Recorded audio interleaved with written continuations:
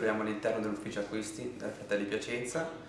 Con all'interno ci arriva un input da parte dei commerciali che è un budget di vendita, quindi quello che noi facciamo all'interno di questo ufficio è semplicemente un'esplosione di tutte le materie prime che occorrono per fare i tessuti e in base a quello che ci serve noi acquistiamo le varie materie prime, che possono essere il cashmere, la vicuña, un po' di angora, il cashgora. Cioè, in genere questo lavoro lo facevo io, adesso lo sta un po' per volta, tramandando collaboriamo per... lo sta tramandando, mi piace questo tramandando. Sì, è un...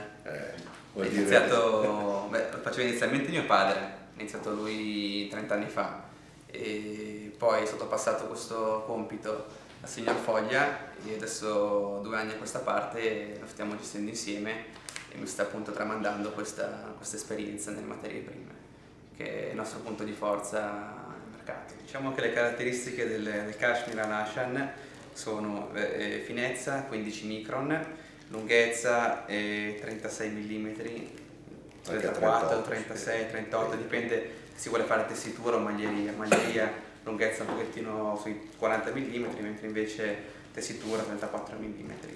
La mano della materia prima, la macchina, non la sente ed è una cosa molto importante.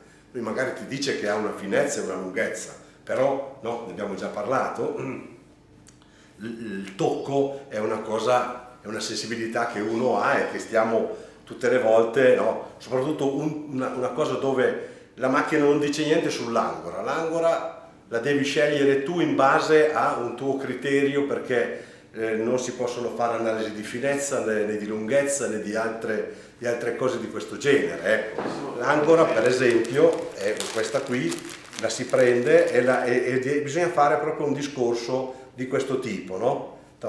Guarda, ossia vedere la lunghezza, vedere se ha dei peli morti, se ha dei peli ordinari, se ha dei pezzettini di pelle. Quindi noi lavoriamo molto con il Perù, come alpaca, come vicuña, guanaco.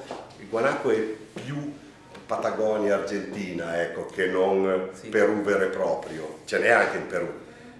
Sono andato appunto in Perù, sono andato su fino a 5.000 metri, tra l'altro con esiti non proprio entusiasmanti, no?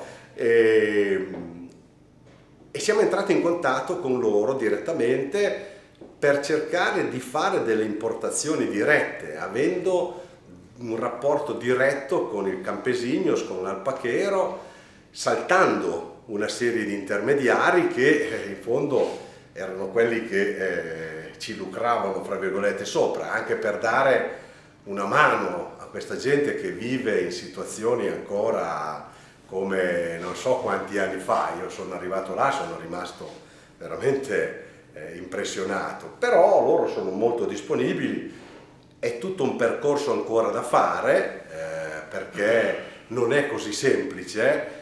Non si può far che dire adesso esportiamo direttamente, ma bisogna avere tutta una serie di preparazione anche proprio tecnica. Io sono stato giù con una delegazione dove c'erano anche rappresentanti della ISCOS che hanno promosso degli aiuti a questi paesi in via di sviluppo. Siamo andati a inaugurare un magazzino dove cominceranno a fare almeno la prima lavorazione.